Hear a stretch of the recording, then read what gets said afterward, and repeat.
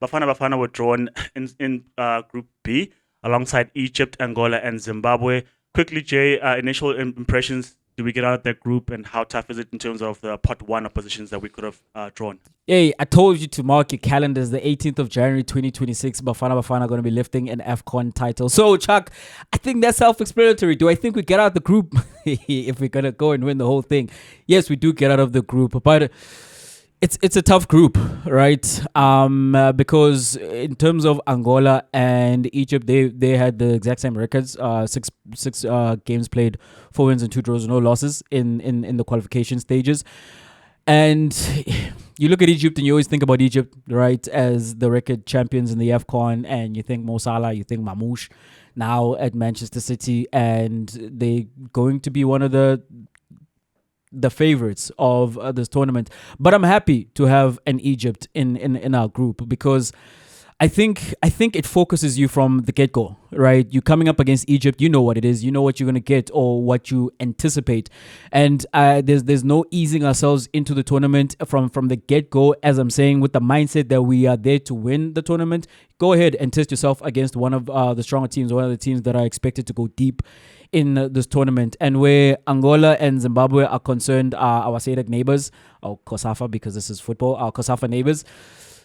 I'm not too concerned. I know Angola were brilliant before getting knocked out in the quarterfinals in the previous AFCON, which prompted even Orlando Pirates to go sign one of their players, which hasn't quite worked out because he's gone back home now. So I with no disrespect to the teams, right? I genuinely believe, and I am a homer. I say that with no fear with no fear, but with favor, that I'm a homer. I'm rooting for Bafana Bafana, of course, and maybe my expectations are fueled by the fact that I'm from South Africa, but also when I take a step back away from the fact that I support Bafana Bafana, I've seen this team and their growth under Coach Hugo Bros. I saw them in the AFCON where we had a good opportunity to win it last year, January. And I think the team has only continued to grow. And so I do anticipate that Bafana Bafana are going to be there as one of the protagonists in terms of going all the way to win the tournament. So, and I'm happy with the group because, as I'm saying, from the get-go, it gets us to focus in on the task at hand. And then my last comment on Zimbabwe. Zimbabwe are in our World Cup qualification group. So we're going to have an opportunity to take a look at them up close.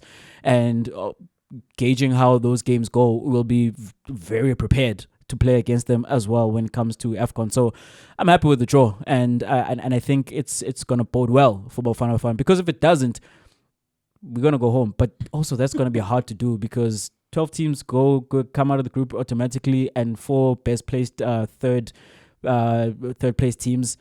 If we are not one of those 16 teams, available. I think, as you put it here, with the 12 best and then the 4 best third place teams in each group, Hugo Bros will make those statements once again. If I don't make it out the group, then I'm going to leave, because it shouldn't be that difficult, right?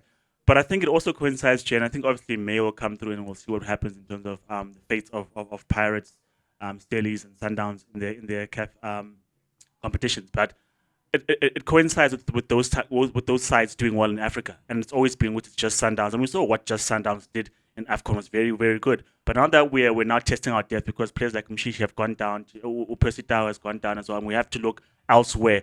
It's good to know that players from Stelis, Rainas, were crying out for him. Now he's part of Sundowns and he's hit the ground running.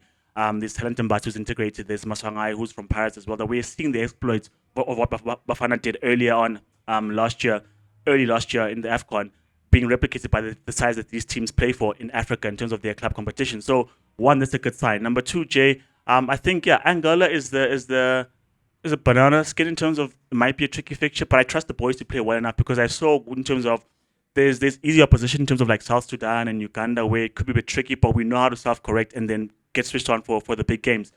Egypt needs no motivation. I think it's a good test, like we did with Tunisia early on in the previous campaign, where you know what the pace of the tournament is or what the big boys are bringing, and we handled them quite well in terms of playing our game, playing our style, from group phases all the way to knockouts. So I believe in this Bafana team.